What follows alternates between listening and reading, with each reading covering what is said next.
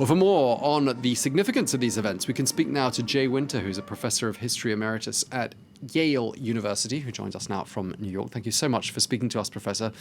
Just remind us of the history. What happened in those final days leading up to the 8th of May, 1945?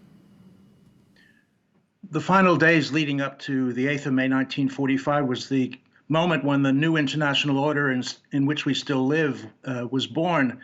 The partition of Europe between the Red Army-dominated center and east and the Western-dominated center and west was declared then 7 days after Adolf Hitler committed suicide. So it was the end of the war in Europe, although not at all the end of the war in Japan. But for Europeans, this was the beginning of a new era and the end of a nightmare. And of course, this day is therefore an important moment, isn't it, for unity here in Europe, perhaps though not such a day of celebration in Germany itself. No, I think in Germany too, the new generation in Germany really does recognize that their freedoms were won on the beaches of Normandy at the beginning of June 1944, when the Atlantic Wall was breached. They too shared in this victory. 5 years ago, I was on the beaches on the 70th anniversary, and I'll be there again on the 75th. And the presence of Angela Merkel was taken as normal. The presence of Putin as well was there. It symbolized a Europe that turned away from war. And therefore it's important, isn't it, especially in light of, quite a lot of political upheaval here in Europe these last couple of years, that here we are, 3/4 of a century later, as you say, remembering these events and reflecting on them frequently. The recent rise of anti-Semitism reminds us that the shadow of the Nazis is still there, and that we have to be vigilant in order to remember how important the victory on the 8th of May really was.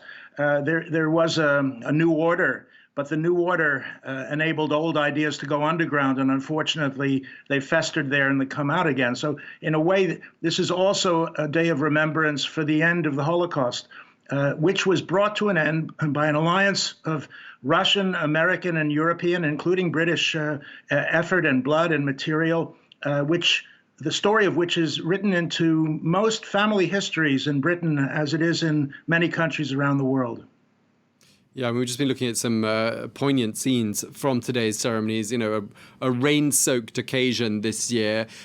Next year, we can expect, being the 3/4 of a century anniversary, the 75th anniversary of the end of the war here in Europe, to be something rather more impressive, perhaps. What might we have in store, do you think? Is the 75th anniversary something that's likely to be celebrated and commemorated in a more significant way, do you think, Professor?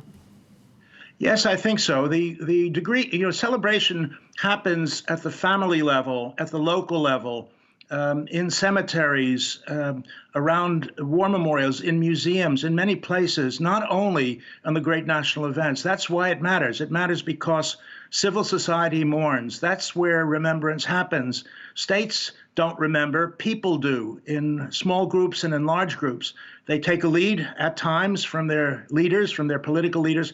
But this moment matters in families all over the world, and it is the extent to which the leaders are following the populations that paid the price by losing a loved one, by welcoming back a loved one without an arm or a leg. These are events that mark the family histories of millions of people around the world.